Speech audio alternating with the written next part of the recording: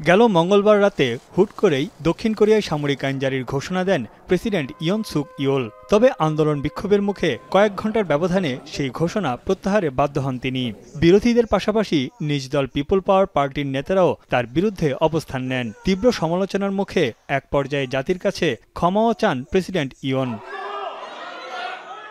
এ অবস্থায় প্রেসিডেন্টকে অপসারণে পার্লামেন্টে অভিশংসন বিল তোলে বিরোধী দলগুলো। ৩০০ সংসদ সদস্যদের মধ্যে কমপক্ষে ২০০ ভোট প্রয়োজন ছিল।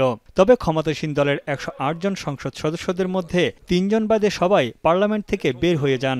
শেষ পর্যন্ত সংখ্যাগরিষ্ঠতা অর্জনে ব্যর্থ হয় বিলটি। বিরোধীদের প্রয়োজন ছিল আর মাত্র ৮টি ভোট। এই যাত্রায় প্রেসিডেন্টের পদ বাঁচিয়ে রাখলেন ইয়ন সুক ইয়োল। স্পিকার জানান, সংখ্যাগরিষ্ঠ ভোটার না থাকায় প্রস্তাবটি ব্যর্থ হয়েছে। 전 국민이 오늘 국회의 결정을 지켜보고 있습니다. 세계 각국이 주시하고 있습니다.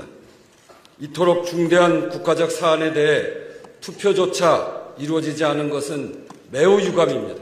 তবে এখনই দমে যেতে রাজি না বিরোধীরা। বিরোধী দলীয় নেতা লি জায়ে মিয়ং আবারও অভিশংসন প্রস্তাব তোলার হুঁশিয়ারি দিয়েছেন। 한번 실패했기 때문에 부족한 점을 채워서 다시 시도할 것입니다.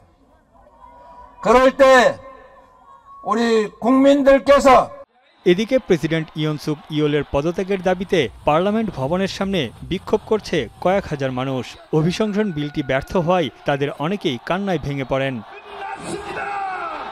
দক্ষিণ কোরিয়ার রাজনীতি এখন চরম অনিশ্চয়তার প্রান্তে। প্রেসিডেন্ট ইয়নের ৫ বছর মেয়াদ শেষ হতে এখনও বাকি আরও ২ বছর।